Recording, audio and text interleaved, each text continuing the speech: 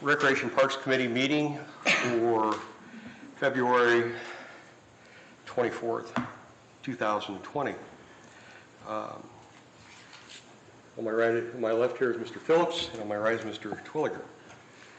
Okay, we have been asked, the committee has been asked to we have three things to consider, and the first one we're going to take a look at is authorizes the Director of Public Service Safety to enter into a non-ticketed use agreement for a concert at Treasure Island Park on August 1st, 2020, as that concert will include the controlled consumption of adult beverages during a specific time period. This event has been recommended by both the Troy Recreation Board and the Board of Park Commissioners. Mr. Titterington, would you like to add anything to that? Just that this is fairly routine. We're now, I believe, in our fourth year of Treasure Island and concerts there this year. And so whenever there's alcohol involved, it requires a notwithstanding agreement, since the general law is cannot have alcohol in the parks. And so it takes an act of council to exempt that for the events that we recommend, hopefully. In this year, we're only recommending adult beverages be sold at one of the three concerts. We have three set, one for June 26th, one for 4th of July, and the one that would have adult beverages would be August 1st. And similar to previous years, those sales would be run through the Recreation Board with their trained and certified staff. Okay. I had a question on, not that, but on the June 26th GOBA. I remember the last time GOBA was here, and there was some conversation about offering alcohol. They had a concert out there, and it was denied. My brother rode for GOBA at that particular time, and his consensus was that they would have liked to have had alcohol at that event. Would the city reconsider, is there a procedure for the city to reconsider serving alcohol and not serving alcohol at a particular event? My understanding is that GOBA did not want alcohol served at their event. Okay, and I was talking from a participant standpoint, not a director standpoint. So there's an event we did last year. It was called the Troy Truck Yard. It did have the opportunity for alcoholic beverages. We're doing that again on Wednesday night, so that would be available for the members of GOBA should they choose to attend that. They're actually here 3 days this year. Wednesday, Thursday, and Friday. Okay. So there will be events each of those evenings. Okay. Not the concert at Treasure Island, but at the previous concert. I think the Treasure Island concert is Friday night. It would be the Wednesday night concert would provide that opportunity for them. Okay, thank you. I appreciate that information. Are there any questions from the committee? None here. If I may, just a clarification that any request for alcohol would have to come from the event organizer and not from individuals. If individuals would wish to do that sort of thing, they'd have to come to a facility downtown, like a bar or something, to drink. But the applicant is the one that would actually be requesting that. Right. The holder of the liquor license Right. in that case will be the Recreation Board. Right. The Wednesday night event, is that at Treasure Island or is that downtown? No, that's The location hasn't been determined yet. It'll be somewhere downtown. Okay, gotcha. That's all I have. Thank you. Okay. We hear a motion to. How do you feel? How do we feel about this particular item? Well, yeah, we're going to make a motion on this. It's just a consensus. Consensus. We'll send it on then. I am in support of it. Yes. Yes. Okay. All right. The next item. I'd like to move it forward also. Yeah, You're two, so he didn't need you, I guess. Okay, all three. yeah. Yeah, we got it. I'm new to this. You got to give me a little slack. Okay. No problem. The next item is with regards to the memorandum of understanding between the city and the school board related to the conveyance of Cookson and Hook Park. This comes with a recommendation from the Board of Park Commissioners. Mr. Chair, you had some questions regarding it. Yes. So the initial draft, the city staff drafted that MOU. That was discussed in detail at about a 90-minute long executive session with the Park Board, Board of Park Commissioners, and the city, and the schools, and the city. Law Director Grant Kerber has reviewed it. He and the Park Board came up with the final language, so he completely vetted that agreement. Okay, and we have that in writing? Well, I guess back and forth from the emails that where the language was edited and going back and forth, yes. Okay, okay. You may read some of these off, or you? I have them, I printed them out. You asked a question about section 1.3. It appears that the schools has the ability to dispose of the properties prior to the deadline of 2023. That's actually not true. If you look at section 2.2, which is the section that lists out the responsibilities of the Troy City Schools, that is where they are required to convey those 3 properties to the city. Okay, but then That why is is it, prior. why in parentheses is it, it talks about the ability to dispose of prior to the transfer of the properties? Where are you? Okay, so we go back on section 1.3. It says evaluate in conjunction with the Troy City Schools and Troy Development Council. Or Any otherwise- Troy City Council, any Troy school buildings and properties that Troy schools will not reuse or otherwise dispose of on their own. So in other words, what that says is that they have, doesn't that say that they have the ability to dispose of the properties on their own? Not the 3 that are listed.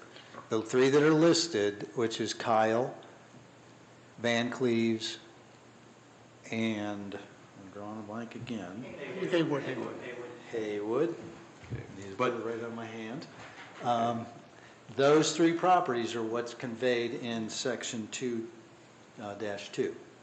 Okay? If there are other properties, one property is Concord. They're going to be rebuilding on that site. So that's not listed in 2.2. Another property is Forest. They haven't made any final determination, but one of the options that they're considering is reutilizing Forest. So they would retain those properties. Okay? Okay, I'm just trying to clarify the language on this thing, so. You almost need a map, I get it. Okay, So, let's see.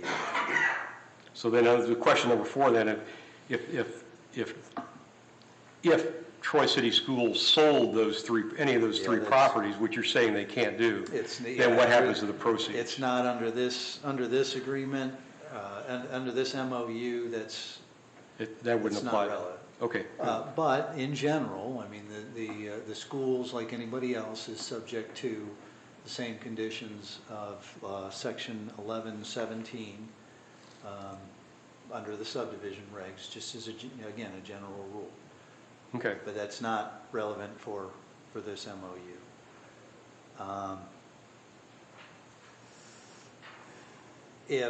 So any developer that comes in and redevelops those 3, that's where, specific to the MOU, we referenced section 1117. So there is the green space requirement, but like the subdivision regs, when an applicant comes, sometimes they will ask to make a payment in lieu of, if Right. you will. That would be an option that could be considered by the park board through the Planning Commission is how it's typically done with residential subdivisions. Well, it's always done that way, that they will go and ask for the park board to consider park fees in lieu of green space. Park board makes a recommendation to the planning commission, and then as part of the approval of the subdivision, they will consider that request or that recommendation. So it would be conceivable then that these three properties would have no green space on them if they were sold to a developer, but we would get money in lieu of that. Correct. Okay. At which point those funds would go into the Park and Recreation Fund. Oh, it doesn't go into general funds? We have not, as a practice, we have not done that in 10 or 15 years. Okay. We put it right into that fund. That way we can fund capital improvements, equipment, building renovations, what have you, for the Parks and Recreation. Okay. Under section 2-1, there is a requirement that youth-sized ball fields be constructed with dirt field and backstop. Under requirements listed for each of the youth-sized ball fields, section 2.1.A through D, in section 2.1D, the backstop requirements are omitted. That was, I believe, an oversight, and we'll add that to it. Okay. Yeah. The intent is to have backstops at all On sites. all the fields. Okay. Okay, under section 2, the deadline for the city of Troy to contract or convey its interest in the real properties is described as Kyle Haywood and Van Cleve to another party is January 31st, 2023. This is also the final date that the Troy City Schools are required to transfer any property that they have not otherwise disposed of on their own. What if no conveyances are made until the final day, and then we have some problem with the process? Are there any contingencies for that? I mean, what would happen if we had to go There there? is, and that's why there is some language that says, that talks about being under contract. And so section 2.2 is a lengthy section, and that's what went back and forth and was wordsmithed by the attorneys to cover as many circumstances as possible without getting too specific and leaving something out. And so as long as there is a contract, an agreement between the CIC and the developer and the schools, then it's considered in play, if you will. Okay. 2023 is the absolute deadline, because in their planning process to wrap up the building project and get demolition underway, if that's what's to happen, and with the state monitoring the project and state funds being involved, 2023 is a magic year. That's why everything is geared around 2023. Okay.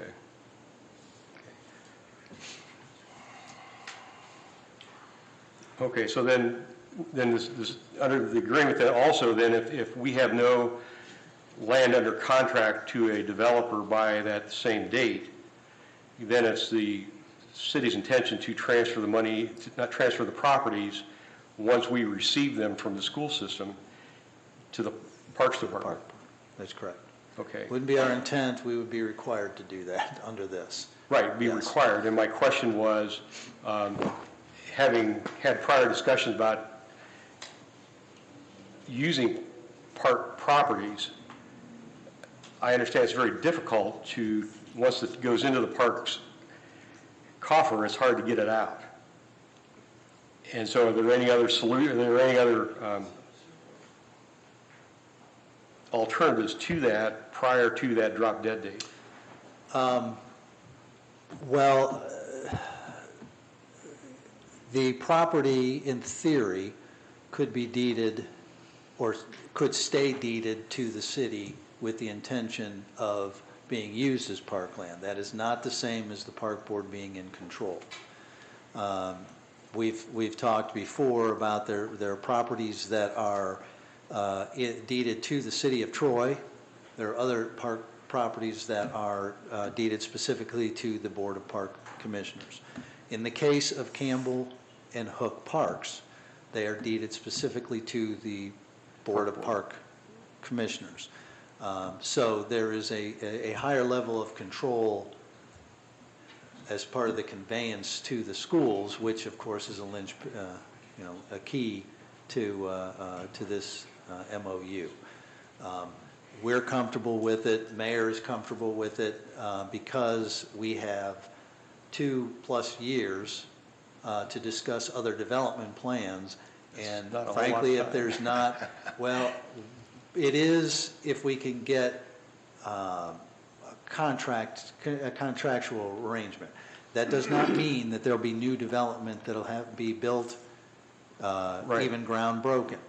But if we can't show interest and find developers that want to, especially if we're going to use the CIC and we're going to offer the land as some kind of an incentive to have some redevelopment in those areas, then what else are we going to do with the property but involve it in or make it parkland?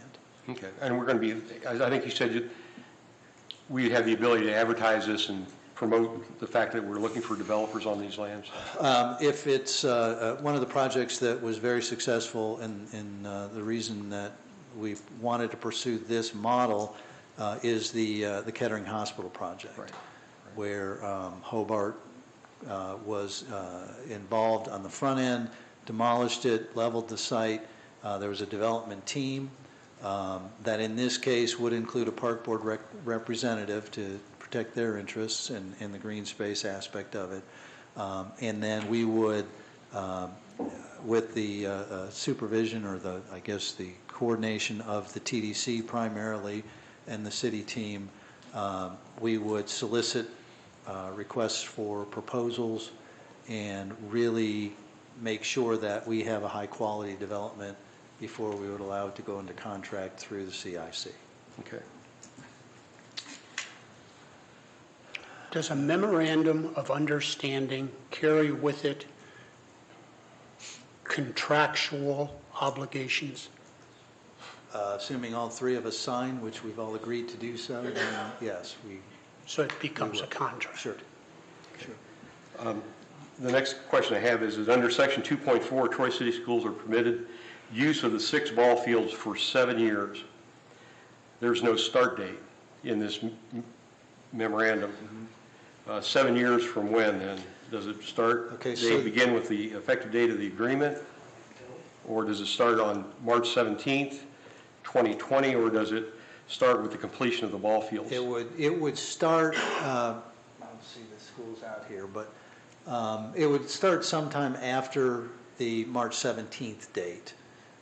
And the reason for the 7 years is that we know there are going to be 2 years of construction. So we're already looking for a couple of temporary sites because we know that Hook and Campbell will be unavailable sooner than later. The school's concern, and the reason there's some language in here under 2.3 that for a period of at least 5 years they would not do anything to those ball fields because they're spread out on various new sites. For at least 5 years they don't feel like they would need to reallocate the land for some other purpose, given maybe there's some demographic changes, there's school kid population increases or shifts, and so they wanted some kind of we wanted some kind of a minimum guarantee. We also wanted some protection that if they have to use it, then they'll be part of the solution moving on. And so the schools felt like 5 years after construction would be the minimum that they would not come back. Odds are it would be longer than that. And they'd have to give us 24 months' notice, even after that 5 years or that 7 years total, and say, oh, by the way, we need to use this land for something else, so we need to start planning for an alternative.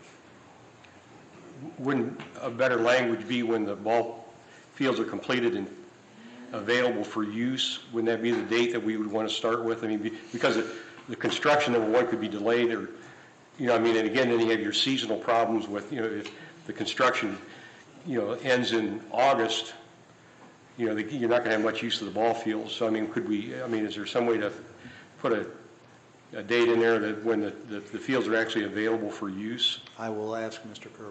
Okay. Thank you.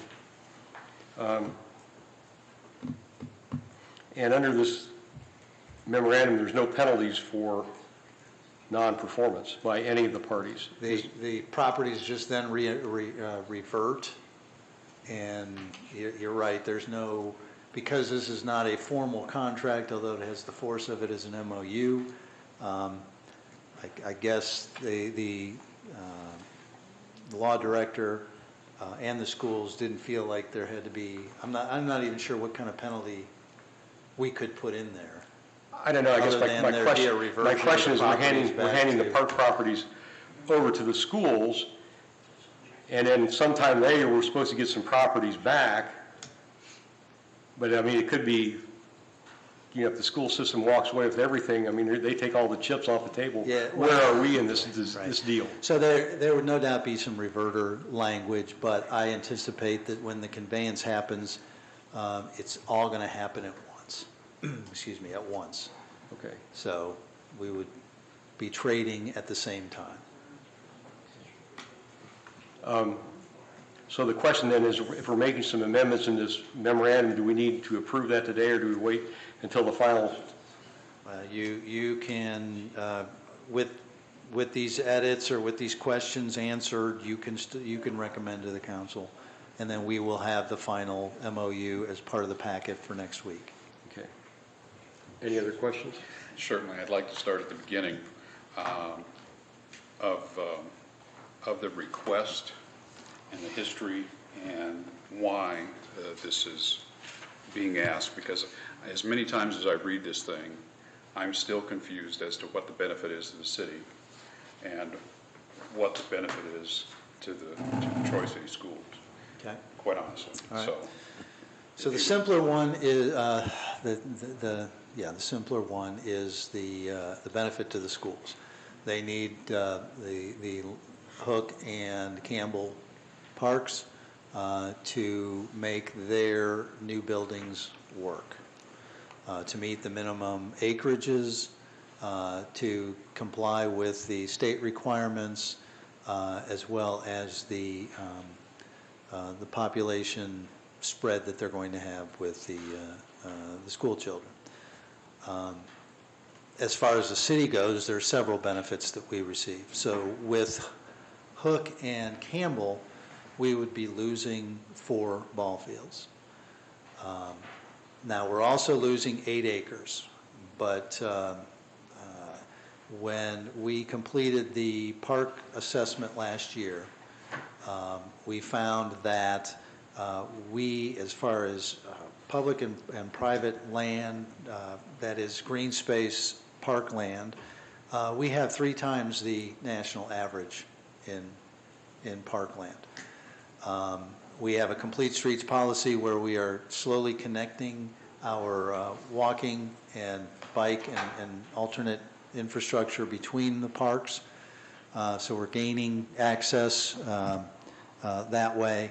And so while we are losing 2 parks in particular areas, the schools are replacing those 4 ball fields with six ball fields.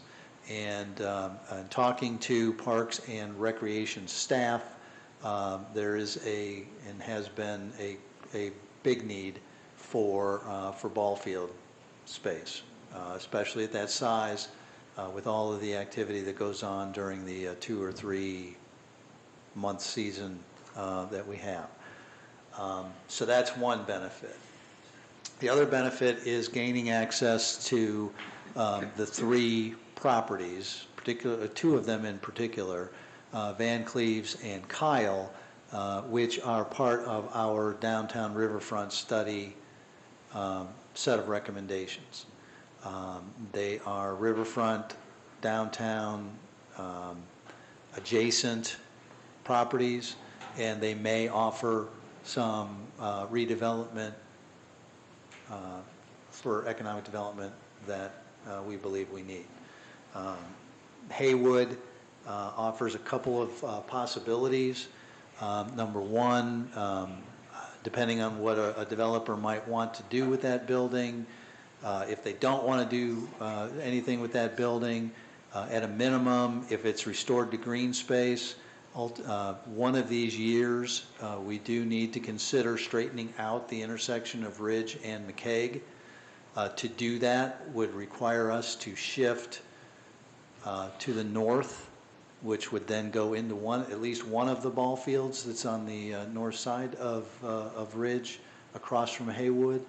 And so gaining access to that property would give us that land to be able to make that shift and reallocate parkland for ball fields.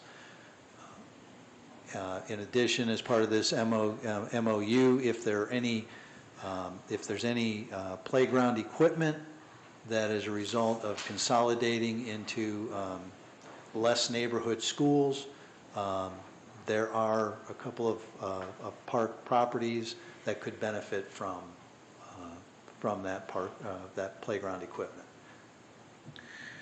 And the 4 ball fields that would be relocated will be on school property. They will be. Now, 2 of those ball fields will be relocated back to Hook and Campbell. So they, instead of having 2 each, they will have 1 each. So there will still be one in those neighborhoods.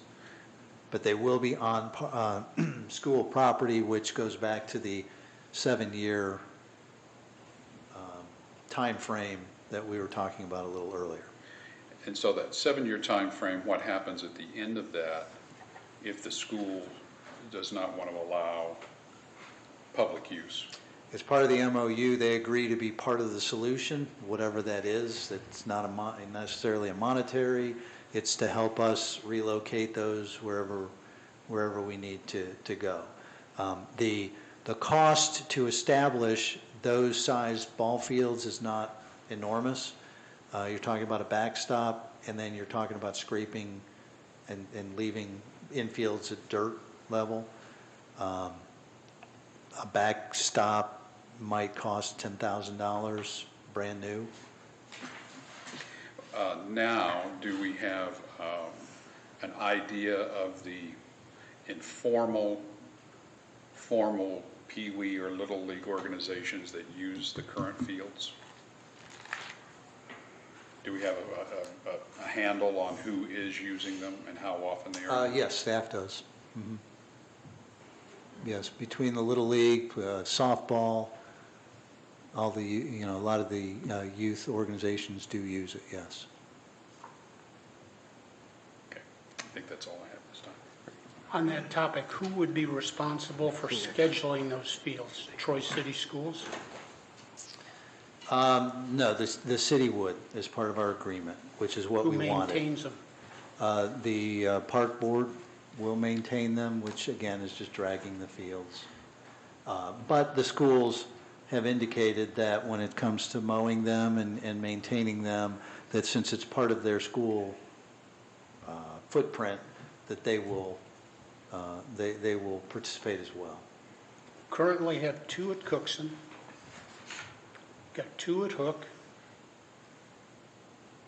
got 2 at Haywood, got 1 at Concord. I think that sounds right. Under the new plan, they get 2 at Concord or West? Concord is not one of the 6. I'm not sure what's going to happen with Concord. So you'll have two at They get two at two out there. Swale, two at Swales.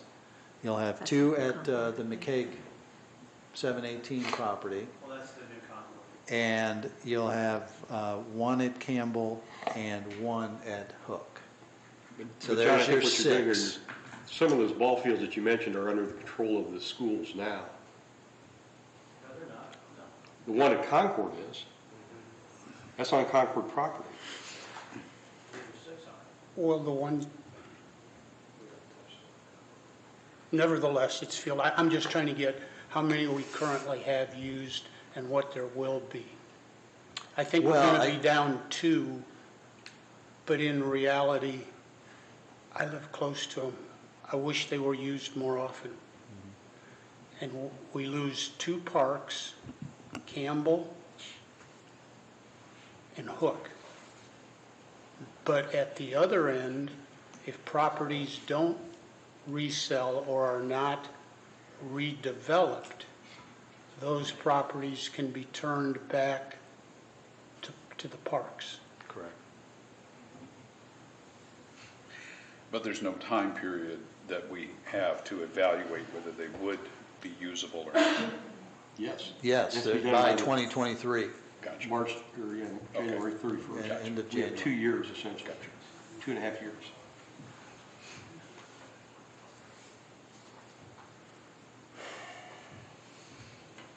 So, Mr. Chair, you have asked, I will look into with Grant, 2D, adding backstop, the word backstop, which Okay.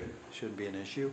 And then clarifying in 2-3, adding a start date so that we have a time frame when the clock starts at 7 years. Right. Okay. We have a question. Sure.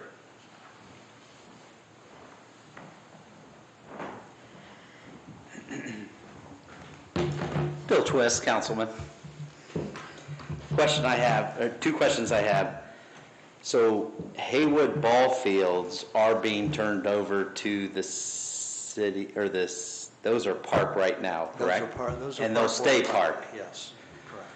I'm just clarifying, because, so they'll have 2 at Haywood, 1 will go to the new Hook School, 1 will go to the new Cookson School, then you have 2 at Concord and 2 at the Swales School.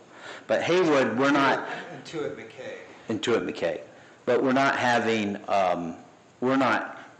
the city's not getting the land where the 2 Haywood ball fields are on. That's We're staying already- green space, that's part, That's already park. and that's not That's in not the part of school. Haywood, that's Okay. across the street. Just clarifying. Number 2 is the evaluation team in 4A, representative of all the groups that have a C in their acronyms.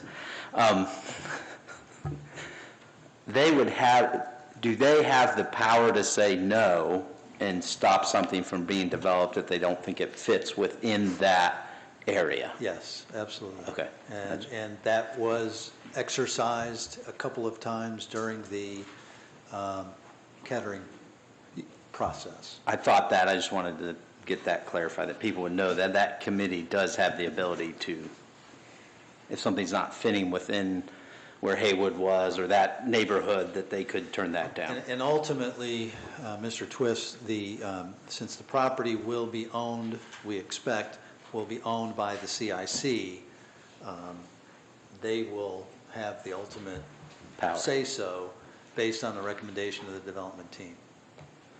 And then you made a comment, and I just, to clarify, so when they, I know, I have a third one because it just came to me. So obviously when the schools, if we give this park land, we're losing 4 baseball fields, why the schools are being developed there before the new ones are done. So you mentioned something that they're maybe finding replacement fields, why the building of the city schools. There is some look into how we can help make sure there's some ball fields in that 2-year period of schools being The built. superintendent is discussing with the architect. I how they can position and time demolition and rebuilding, and whether there's some space on the property, since a couple of them are larger properties, to at least have some temporary fields. Okay. But it'd be really good if we had a second Duke Park with a bunch of baseball fields on it. It'd be nice to have. That's it. Mic drop. Just as clarification, the title is not going to transfer to the CIC. The city will still own them, but the CIA will assume the management. CIA. Did I say CIA? I'm sorry, CIC. I'm sorry. Yeah, a little Freudian slip there. Yeah. I course I would, have. I would expect that the city, it would be deeded to the city, and like other agreements with the CIC, the city would have a $1 lease Right. and cede control to them for Right, development okay. purposes. Yes, that We've just done wanted- that in several other cases, yes. Correct. I just wanted to clarify that for those that may watch this.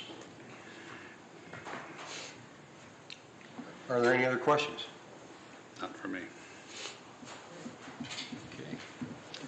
How do we feel about this? How do we feel about this? Move forward?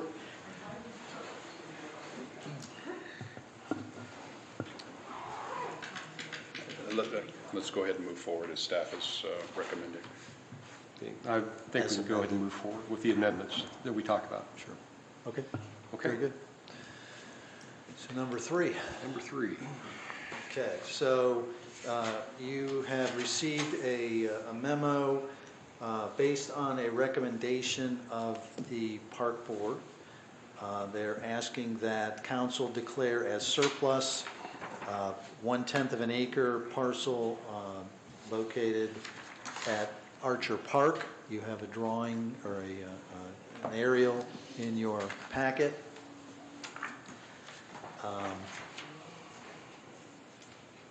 And that is to, well, I guess they're just declaring it surplus. They don't need it. Apparently somebody has decided that they need it. It's kind of jumped the gun, if you will. And so they're asking you to act on their request. I had an opportunity this afternoon to visit this property. And the overhead shot shows a white space in the middle of the property, which I assumed was the building that they were talking about, the outbuilding that they were talking about. And when I went out to look at the property, that is a basketball court. The building is actually a little gray thing way down here in the corner. And of course, the letter that we got says the owner of the Shasberry Road requested that the Board of Park Commissioners consider declaring surplus a small portion of Archer Park after they had discovered that a structure had inadvertently been placed beyond the property line. So when you think about a structure, you're thinking about that outbuilding. I did anyway. So they have essentially a fairly large-sized cement basketball court there. And the question I had was, when was this constructed? Was it permitted? And if it was permitted, how in the world was it constructed on park property? Okay. And the other question I had is the person has the property that's not part of the park system, that this property owner, was that house purchased with the basketball property there, with the basketball court there, or did they purchase the house and then build the basketball court? Sure. So the definition of a structure is a little bit more than just a building, as we discussed earlier. So made a permanent improvement. As you mentioned, there's a concrete basketball court, which can, in its most in the broadest sense, considered a structure. When was the shed or the whatever that is constructed, and the basketball court, we don't know. We know the property was built, the house was built in 2005. The property owner is, they went through a name change, but that has not been sold. It is the original property owner. So that's they out there. knew that they were building outside the property lines when they built that basketball court? I don't know that I can't tell you that they knew where the lines were. I guess they probably did not look too closely. Because the shed was only, I think, 75 square feet, I think is what he said. It does not require a building permit, so one was not pulled at the county. Okay. But if they built a basketball, if they poured that slab of cement, that would be permitted? Mr. Davis? Not from the county building department probably would not require that. A building permit. Yeah, a building permit, yeah. It would not Would not require it. require them to, right. If it's a patio, deck, things of that nature, then they would. Or fence. I will tell you that this, There's like a recreational definition of what it is versus actual usability of properties and things of that nature. so this property is deeded to the city of Troy. But in either case, again, the park board made the recommendation, as it's been our procedure, and the council would authorize us to go out for bid, for sealed bids, based on the size of this, and solicit proposals. Would there be a minimum bid required? There would, Pardon? there would. Okay. So it'd be more than $1. It absolutely would. Do we have any questions? Yes. So do we have any other property lines that would come out to this depth or entrance into the park? There are no other property lines. That would I not- think if you look at the drawing, let's see. So if you're looking from, I don't have an orientation. Are you looking here. at I wanna this picture? say, I'm looking at that picture, you're looking at it this way. So if you look at where they drew that piece that would come off of Archer, where it says 95 to the left. Okay. This right here. So roughly in that area, south of that property line there is a private parcel that goes roughly, I don't believe it goes that far out. Where, I don't know, I guess that's is that an 801? 108. Oh, flipped over, thank Maybe you. either one. No, it could be, It's yeah. 108. There's an 8, a 0, and a 1 in it. It's 108 compared to... 108, it's 108 feet. Yeah. Yep. You have to read it backwards, it's 108 feet. Right, you gotta turn That it property line is 108 feet. So in answer to your question, the property line south of it, south of this block, does come farther out.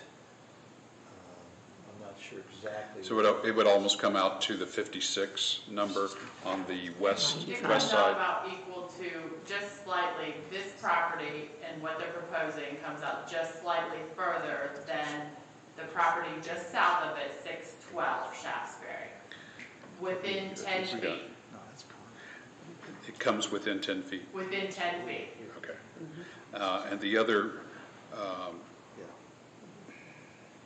the second house to the north, where it looks like it has a little bitty dirt plot that has been It's a garden. rototilled or something, 724. whatever that is, I don't Yeah, have that two number. houses to the north of where Correct. this is. Is, Yep. is that dirt plot outside of their property line? That dirt plot is outside of their property line. But it's only dirt, so it I can be restored get it. pretty Yeah, you start with dirt. But it appears that potentially there's a garden on the park property. possibly. Okay. So, and the house that we're talking about here with the city property that they're wanting to acquire, that was built in 2005, correct? Correct. And none of those structures were there prior to them building. That was green space back then. That was a brand-new subdivision. You are correct. Okay. So we're rewarding bad behavior. Again, this is based on a recommendation from I the got Board it. of Park Commissioners. The other question I came up after I looked at this thing, is the swimming pool set back far enough from the current property line? I mean, what are the requirements on that? I mean, and again, was that pool permitted? The pool was permitted, yeah, that came with the house. So that was all under the permit in 2005. It would have met the regulations when it was installed. Correct. So whatever the zoning regulations and the setbacks were at that point, it would have met the regulations when it was installed. I don't think it was installed with the original construction. Okay, I thought I saw it on the application, but it may have been a little bit later. Is the walking trail to Archer Park between the middle house and the top left? No, it's off the drawing. It's over on Government. There's this, no, that's not it. Yeah, I had to sneak in between the houses this afternoon. Yeah, it's farther west of this property. It's not on the aerial.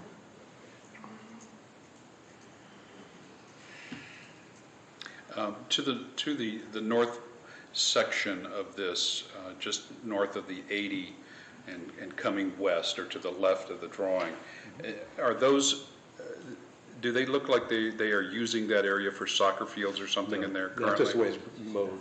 Just because you have, what you also have here is there by the 108, there's a slope up.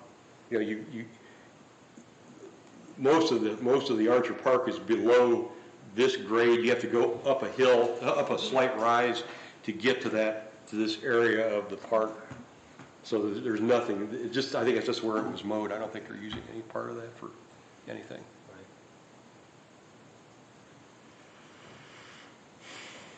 And have we any idea what the minimum bid would be? Have we put a number to square footage or anything like that? Did we do square footage of this? I guess it's just, We haven't talked about it yet because it would be the replat in Neil's time. And the ad, the cost of the in ad. general, 80 by 95. I don't even, what did we sell the other property for? Like 2,500. Yeah. I'm sorry. But at a minimum, we would add up our administrative costs, which would include advertising, which is not insignificant, and any other time such as our surveying that we would do, and that's a minimum. And then there would be, of course, the value of the land that goes in. What was, I didn't hear what the other property was sold for. I think it was 2,500. There was $2,500. on the street, yes. Okay. Are there any other questions?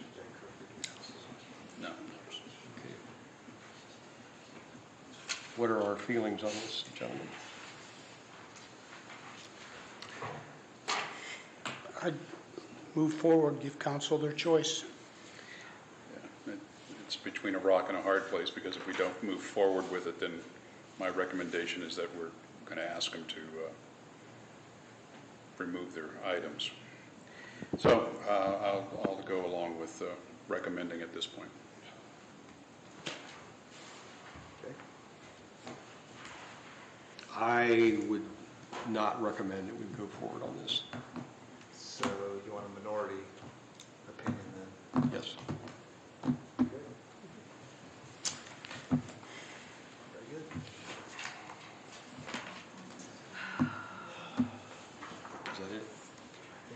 Any other items come before the? Yeah, that's right, any other items come before the committee tonight? No, sir. Okay, we would be adjourned. I move we adjourn.